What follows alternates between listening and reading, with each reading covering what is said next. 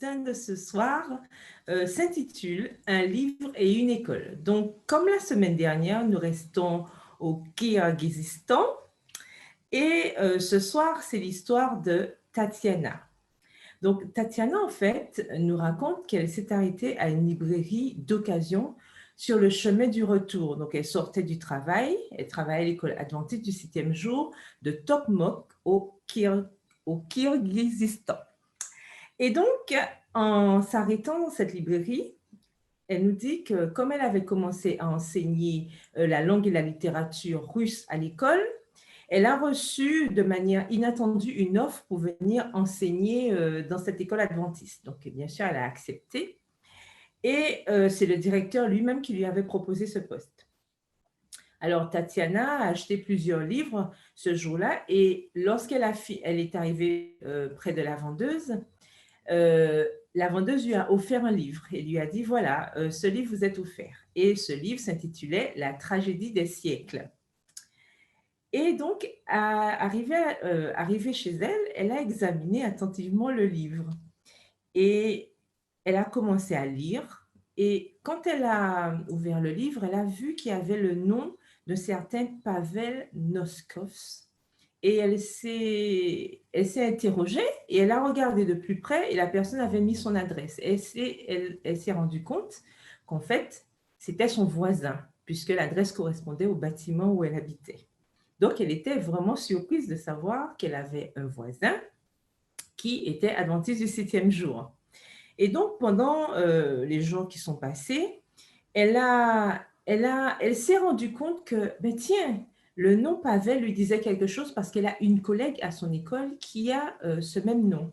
Donc, elle s'est rapprochée de cette personne qui s'appelait Arina et lui a demandé si elle connaissait ce Pavel Noskov. Et donc, du coup, elle lui a confirmé, donc Arina lui a confirmé que oui, elle connaissait, que c'était son mari. Et donc, Arina a invité Tatiana à venir dans leur groupe d'études bibliques. Et au fur et à mesure, donc, ils se sont liés d'amitié. Et Arina a commencé à aller Tatiana a commencé avec son fils aîné qui s'appelle Andrei et qui a 37 ans. Et au fur et à mesure, ils ont commencé à étudier régulièrement chez la famille Noskov. Et donc, quelques semaines plus tard, l'histoire nous dit qu'il y a eu une crise spirituelle parce que Tatiana et Andrei se sont rendus compte qu'il fallait qu'ils fassent un choix. Soit ils décidaient de rester, de poursuivre avec les adventistes, ou soit ils arrêtaient complètement. Et à cette question, donc, ils ont posé leur problème à Rina. Et en fait, Pavel leur a répondu, « Seul Dieu peut vous sauver de cette crise. » Donc, Tatiana et Andrei, son fils, ont prié et ils ont décidé d'aller à leur premier culte le sabbat matin. Donc, l'expérience qu'ils ont faite à l'église ne ressemblait à rien de ce qu'ils avaient déjà vécu. Les membres les ont accueillis comme s'ils étaient des membres retrouvés. On les a accueillis comme des amis et ils ont passé un excellent moment. Et ils ont estimé qu'ils avaient trouvé un foyer. Tatiana et Andrei ont été baptisés le 6 avril 2019. Et elle pense, Tatiana, que c'est l'école adventiste qui les a conduits, son fils et elle, vers Dieu. Parce elle déclare, « Je remercie cette école. Si je n'étais pas venue ici pour travailler, je ne me serais pas arrêtée à la librairie sur le chemin du retour pour apprendre que l'un de mes voisins de mon immeuble était adventiste. Je n'aurais pas connu l'église adventiste. Dieu a dirigé notre chemin. » Donc, il y a 3 ans, une partie de l'offrande de l'école du sabbat que nous avions donnée avait servi à construire un gymnase pour cette école adventiste à Tokmok, au Kirghizistan.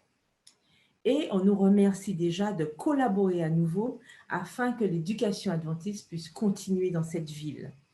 Et nous sommes, vous le savez bien, dans la division eurasienne.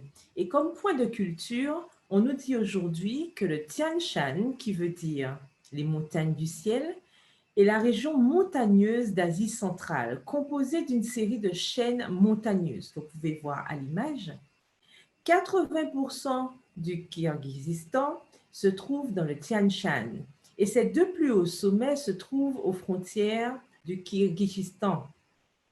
Le plus haut, donc, nous avons le Yenshin Yokusu, qui veut dire pic de la victoire, à la frontière avec la Chine, et le deuxième à 7010 mètres, le Kyan Tangri, qui veut dire le Seigneur des esprits, à la frontière du Kazakhstan.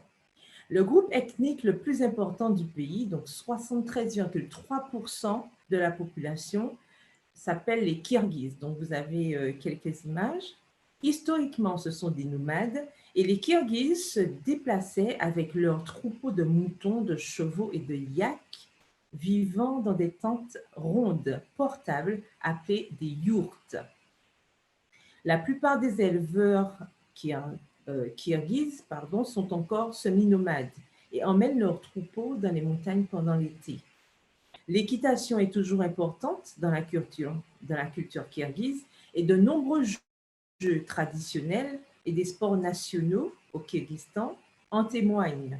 Les courses de chevaux sont bien sûr très populaires, en particulier les courses de longue distance. Donc, vous avez pu voir quelques images. Et donc, cette région continue, la mission continue dans cette région et nous vous invitons à continuer à prier afin que d'autres personnes telles que Tatiana et André apprennent à connaître Jésus et ainsi le monde entier saura que notre Seigneur est roi et qu'il revient bientôt nous chercher. Que l'Éternel vous bénisse. À bientôt.